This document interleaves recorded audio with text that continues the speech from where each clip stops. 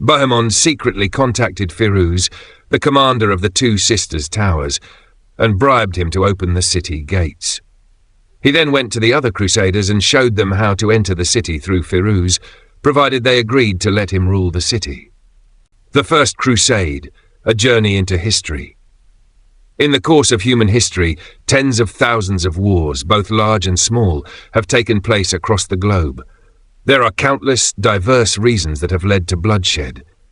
Some wars originated from disputes over economic interests, while others arose due to territorial conflicts. Today, join us on Pseudo as we embark on a journey through time, back to the past, to explore the first war in a series of conflicts rooted in religion, the First Crusade. Before we dive into the main content, don't forget to like and subscribe to our channel to support us. The context of Europe and the Middle East before the Crusade. According to historical research, most crusades were directly related to religious issues. Furthermore, they were linked to the political and social situation in Europe and the Middle East during the 11th century.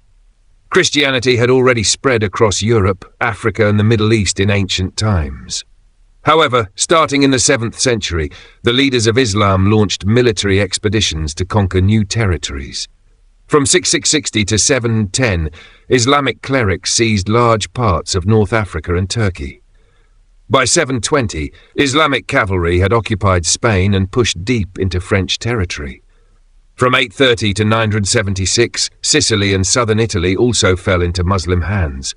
During this time, pilgrimages by Christian believers to the Holy Lands, with Jerusalem being the most sacred site, had become very popular, having flourished from the 4th to the 11th century.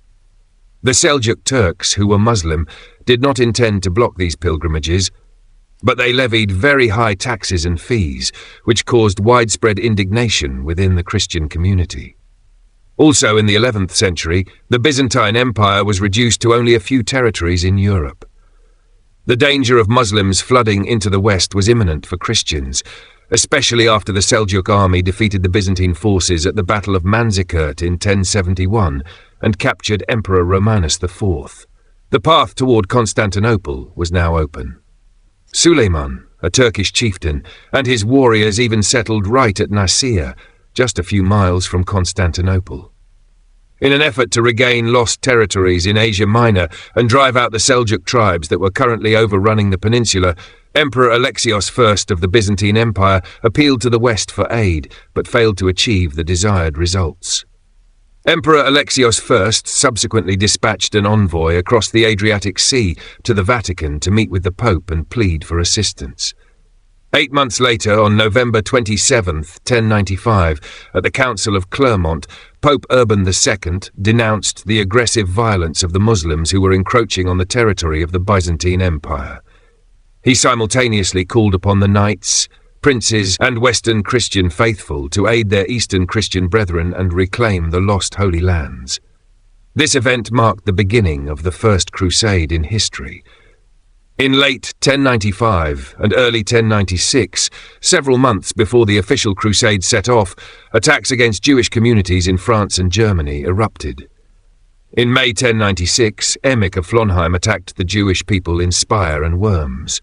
Also at the end of that month, other unofficial crusaders led by Hartmann of Dillingen, Crocus and Nestle, and William the Carpenter, along with many local residents, joined Emich in eradicating the Jewish community in Mainz. In Mainz, the Jewish religious leader Kalonymus ben Meshulam committed suicide to avoid falling into the hands of the Crusaders. Afterwards, Emich's Crusader army advanced to Cologne, Trier, Metz, and other cities. Another army, led by priest Folkmar, continued to attack the Jewish people in eastern Bohemia. Finally, Emich's army continued into Hungary but was defeated by the army of Koloman, the king of Hungary. By August 1096, 4 official main Crusader armies left Europe to head for Constantinople. Between mid-November 1096 and April 1097, the Crusader forces gradually gathered outside the city walls. The main Crusader armies crossed the Bosporus coast and entered Asia Minor in the first half of 1097. They merged with a huge army led by a French hermit, Peter the Hermit. Furthermore, Emperor Alexios also sent generals Manuel Butamitz and Tatisius to assist the expeditionary forces. The first goal of the campaign was to capture Nicaea, a city situated on the eastern shore of Lake Iznik. As it happened, Sultan Kilij Arslan I, the ruler of Nicaea, felt the Crusaders were not a great threat and travelled east to counter the Danishmend dynasty, which controlled the region of Melitene. The main Crusader force then arrived and began to besiege the city on May 14, 1097. Upon hearing the news, Arslan rushed back to Nicaea and attacked the Crusaders on May 16, but suffered a defeat. Following this failure, an advance force of Kilij Arslan was again defeated by the Crusader armies of Raymond and Robert on May 20th and 21st. Next, the main Crusader army defeated Kilij in a prolonged battle, forcing the Turkish Sultan to retreat from Nicaea. The expeditionary forces left Nicaea on May 26. This first victory against the Turks boosted the Crusaders' morale more than ever before. On June 29th, the Turkish forces, including Kilij Arslan I and his ally Hassan of Cappadocia, planned an ambush near Dor-Alam. Learning of this plan, the main Crusader forces split into two groups. On the evening of June 30th, after a 3-day march, Bohemond's army stopped on a meadow on the northern bank of the river Thimbres near the town of Dor-Alam. On July 1st, Kilij Arslan's army, positioned outside Dor-Alam, surrounded Bohemond's Crusader forces and launched a surprise attack at dawn. The piecemeal counterattacks by the Crusaders were unable to stop the Turks. Bohemond ordered the formation of a defensive line in the centre of the camp and dispatched envoys to the other Crusader armies. Receiving the distress call just after noon, Godfrey arrived to reinforce Bohemond. Subsequently, the Crusaders formed a battle line with Bohemond, Tancred, Robert of Normandy, and Stephen on the left flank, Raymond, Robert of Flanders in the centre, and Godfrey and Hugh on the right. However, the deadlock continued until the afternoon, when the Crusaders received additional aid. The forces of Adhemar, a Crusader leader chosen by the Pope, poured into the Turkish camp and attacked from the rear, terrifying the Turkish forces and causing them to flee. Thus, the Crusaders once again won against Kilij Arslan. Furthermore, the seized gold and silver treasures from the Turks made the Crusaders wealthier. By October 20th, the Crusader army had reached the banks of the Orontes River outside the city of Antioch. At this time, the three main Crusader leaders experienced disagreements. While Raymond wanted to organize a direct assault, Godfrey and Bohemond preferred to conduct a siege of the city. In mid-October, Tancred, Bohemond's nephew, arrived with reinforcements and went into port at St. Simeon, bringing additional food and supplies. The siege of Antioch lasted until December. Godfrey fell ill, food was running out, and winter was approaching. Combined with an earthquake that occurred around the same time, famine broke out in the Crusader camp, causing 1/7 of the troops to perish. In January 1098, a fleet led by Edgar Atheling, the deposed King of England who was living in exile in Constantinople, arrived at St. Simeon to support the Crusaders.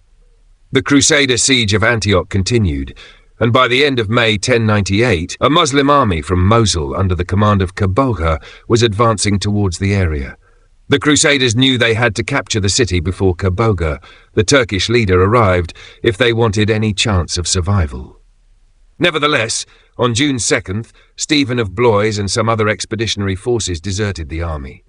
Afterward, Firuz instructed Bohemond to feign a march to intercept Kaboga, then return and attack the city under the cover of darkness. This tactic succeeded beyond expectation, causing the governor of Antioch to flee, though he was captured shortly thereafter. On June 3rd, the Crusader army controlled most of the city, except for the citadel, which remained in the hands of Shams ad-Dawla, the son of Yagi Siyan. Kaboga led the relief army to the city on June 5th. He then attempted to attack the city on June 7th and June 9th, but only met with failure. On June 28th, the expeditionary forces emerged from the city gates.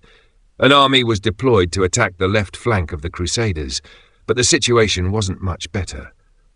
The battle unfolded very quickly. Before the Crusader army confronted Kaboga's forces directly, Dukak and other Muslim emirs betrayed him and took their armies back to their own lands, causing the Muslim army to withdraw immediately afterward. After Kaboga fled, the citadel, under the command of Ahmad ibn Marwan, finally surrendered, but only to Bohemond personally, not to the entire Crusader force. As expected, Bohemond declared the city of Antioch his own, despite the opposition of Adhemar of Le Puy and Raymond IV of Toulouse. In September 1098, other leaders of the Crusade wrote to Pope Urban II, asking him to take control of Antioch, but the request was denied. Finally, in November of the same year, Raymond fully conceded management of the city to Bohemond for the sake of maintaining peace within the Crusade. In early March 1099, the Crusaders began a new expedition toward the heart of the Holy Land, Jerusalem. Along the march, they besieged Acre for 2 months until May 13, but achieved nothing. The Fatimid Caliphate attempted to negotiate peace, provided the Crusaders would not continue towards Jerusalem, but these overtures were ignored. On June 6th, Godfrey, Tancred, and Gaston IV of Béarn captured Bethlehem. By June 7th, the Crusader army caught sight of the city of Jerusalem after a long journey. As at Antioch, when the Crusaders reached the city, they began a siege. Accordingly, Godfrey, Robert of Flanders, and Robert of Normandy besieged the northern walls up to the Tower of David, while Raymond camped from the west, from the Tower of David up to Mount Zion. Due to a scarcity of timber around Jerusalem, the Crusaders decided to launch a direct assault on the walls on June 13th, but failed. Throughout the siege, many other attacks were launched against the walls, but all were repelled. On the morning of July 15th, Godfrey's siege tower reached the walls near the northeastern corner gate. As other Crusader soldiers broke into the city, the Muslim soldiers defending the gate surrendered to Raymond. Jerusalem officially fell to the Crusader army. There are many accounts suggesting the Crusaders carried out a bloody massacre of Muslims and Jews in Jerusalem. After capturing Jerusalem, the Crusader army faced another threat because the Fatimid Caliphate of Egypt would not easily relinquish the region and would attack them to regain control of the city.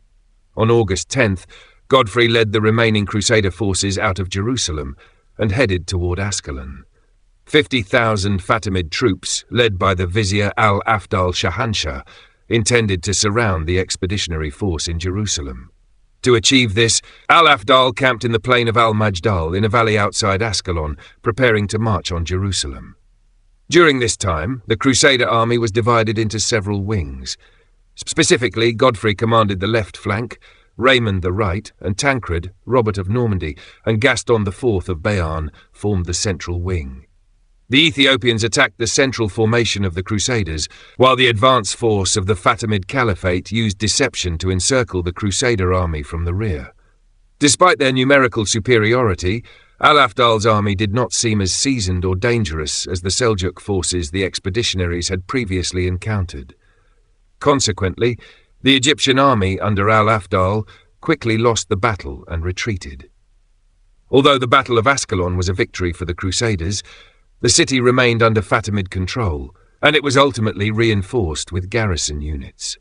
The outcome of the First Crusade. After the victory at Ascalon, the remaining Crusader army marched back to Europe. Overall, the First Crusade was successful in establishing independent Crusader states, including the Kingdom of Jerusalem, the County of Tripoli, the Principality of Antioch, and the County of Edessa. This contradicted the original desire of the Byzantine Empire, whose emperor had wished to reclaim these lost territories, not to hand them over to Latin Catholics to establish autonomous regions. Therefore, the nature of this First Crusade, whether it was defensive or offensive, remains debated. Despite achieving great success, the Crusaders ultimately had to depart the Holy Land of Jerusalem. What will happen in the subsequent Crusades? Join us in the next episode of Pseudo. The causes of the Second Crusade. After the First Crusade, 3 Crusader states were established in the Holy Land of the Middle East: the Kingdom of Jerusalem, the Principality of Antioch, and the County of Edessa. At the time, Edessa was the northernmost county, as well as the weakest and least populated. It was therefore inevitable that Edessa would become easy prey for neighbouring Muslim states, the Artukids and Seljuks. Jocelyn II, after becoming the ruling count of Edessa, decided to ally himself with his long-time enemy, the Artukid kingdom of Diyarbakir, to avoid being isolated in the Holy Land and to counter the increasing pressure and influence of Zengi, who governed Mosul and Aleppo. Jocelyn II quickly joined forces with the Artukid kingdom of Diyarbakir in an attack on Aleppo. Aware of this intention, Zengi divided his army into two wings to simultaneously defend Aleppo and attack Edessa. When Jocelyn II learned that Edessa was being besieged, he ordered his army to halt at Turbessel to appeal for aid from the other main Crusader states. He subsequently received only very minor assistance from the Kingdom of Jerusalem. Meanwhile, at Edessa, Zengi completely surrounded the city and began destroying the walls using siege towers he had previously ordered constructed. The residents of Edessa resisted under the command of the archbishop. However, the city's towers were not fortified strongly enough, and Zengi's troops stormed the city, killing all those who could not flee. Thousands of others were suffocated or trampled to death in the panic, including Archbishop Hugh. Thus, northern Edessa, one of the achievements of the First Crusade, was captured by the Muslims at the end of 1144. In January 1145, capitalizing on his success, Zengi seized Saruj and then besieged Berechik. However, the army of the Kingdom of Jerusalem finally arrived and joined forces with Jocelyn, and the Principality of Antioch was placed in danger. Therefore, Zengi quickly retreated to Mosul and did not attack the rest of Edessa.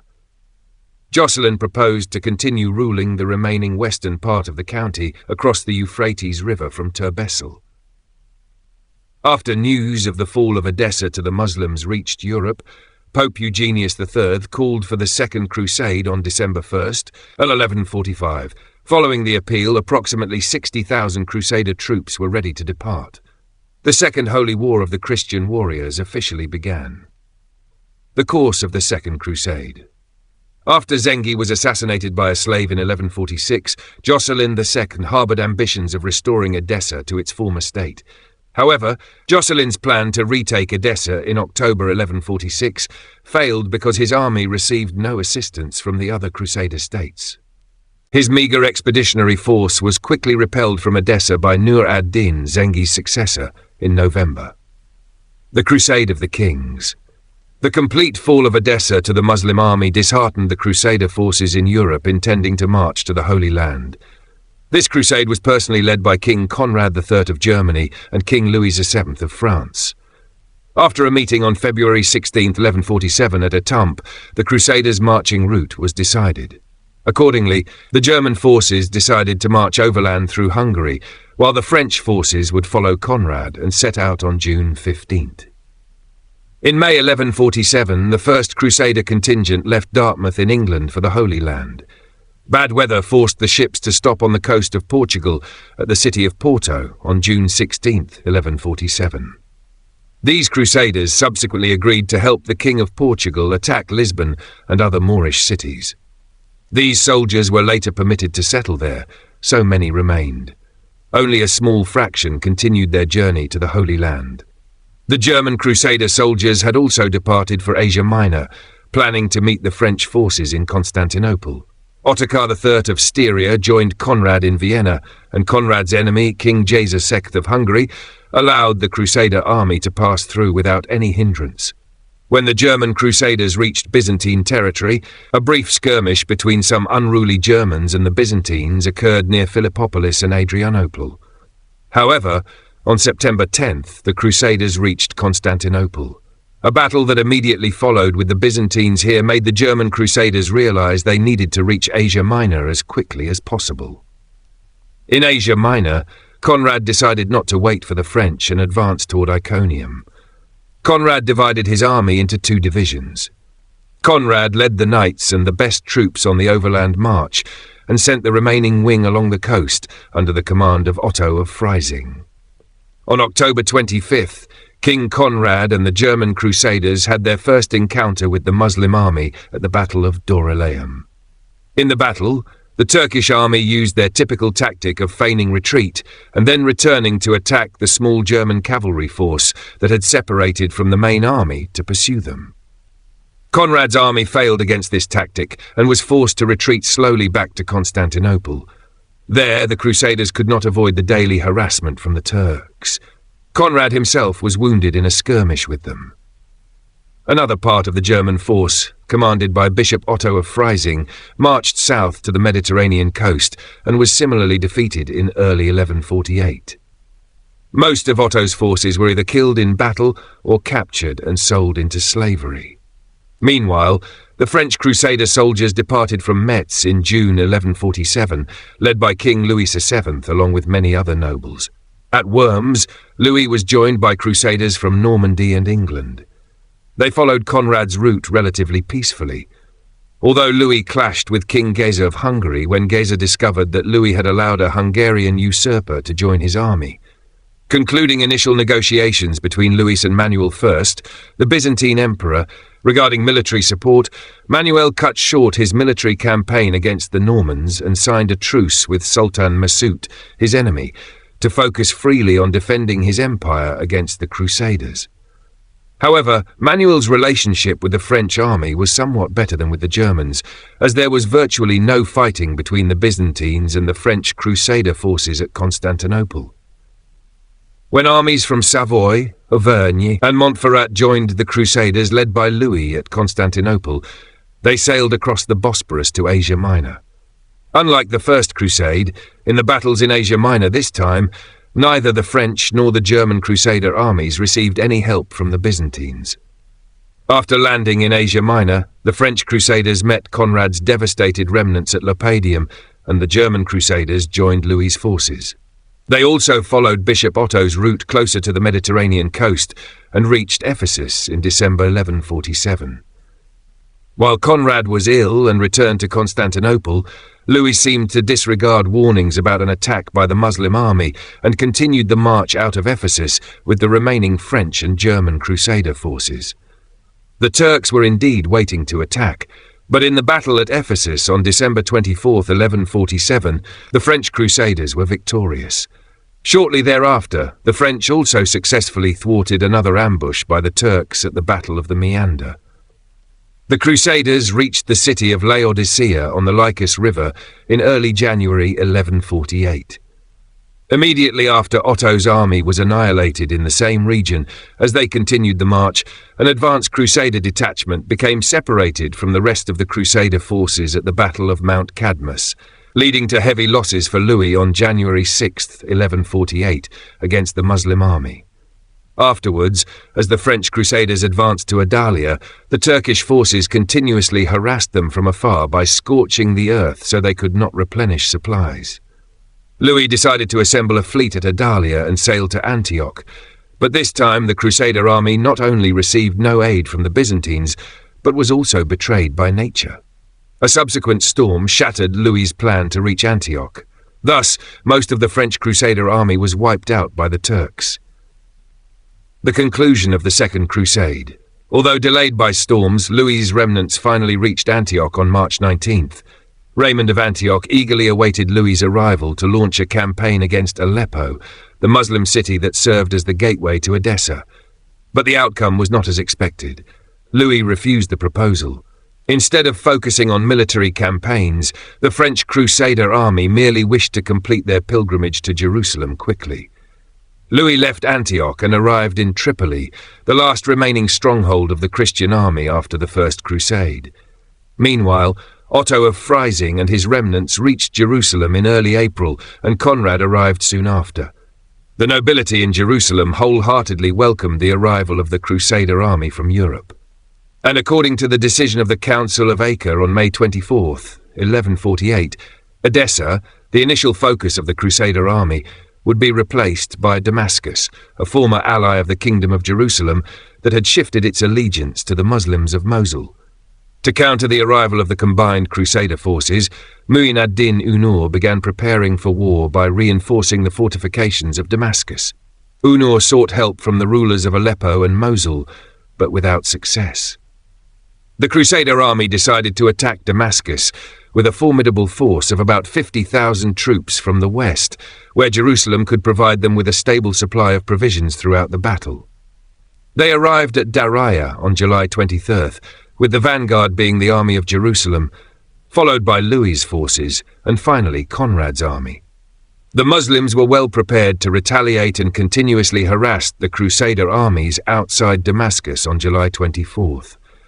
A concerted effort attack led by Conrad pushed the Muslim forces back towards the Barada River and the city of Damascus. Upon reaching the outside of the city walls, the Crusaders immediately began a siege and used wood from the orchards to construct siege engines. Inside the city, the residents barricaded the main streets and prepared for the inevitable assault. Due to the strong resistance from the Muslim forces and the populace, the Crusader army was quickly pushed back further from Damascus and found themselves on the defensive.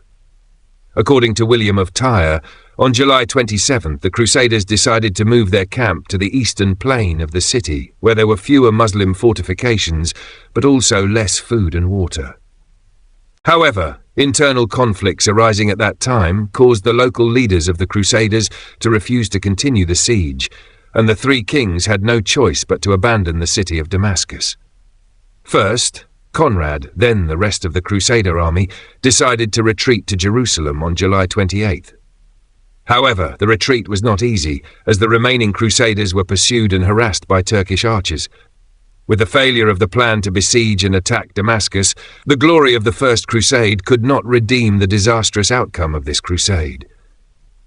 The defeat in the Second Crusade was considered a disaster for the Christian warriors, as the Crusader ranks were deeply divided and trust was lost. A new plan to attack Ascalon was prepared but quickly failed because only Conrad's forces participated. When the Crusader armies returned to Europe, Bernard of Clairvaux, the Pope's representative, stated that the defeat was a disgrace. After all, the only real achievement the Crusaders gained in this war was the victory at Lisbon. This victory is considered the key to expanding and ultimately completing the Reconquista of Spain and Portugal to Christian hands. In the Holy Land of Jerusalem, the situation gradually worsened because this defeat of the Christians marked the glorious return of the Muslims since the end of the First Crusade. Damascus no longer trusted the Crusader states, and the city was handed over to Nur ad-Din in 1154. Baldwin III eventually captured Ascalon in 1153, drawing Egypt deeper into the conflicts.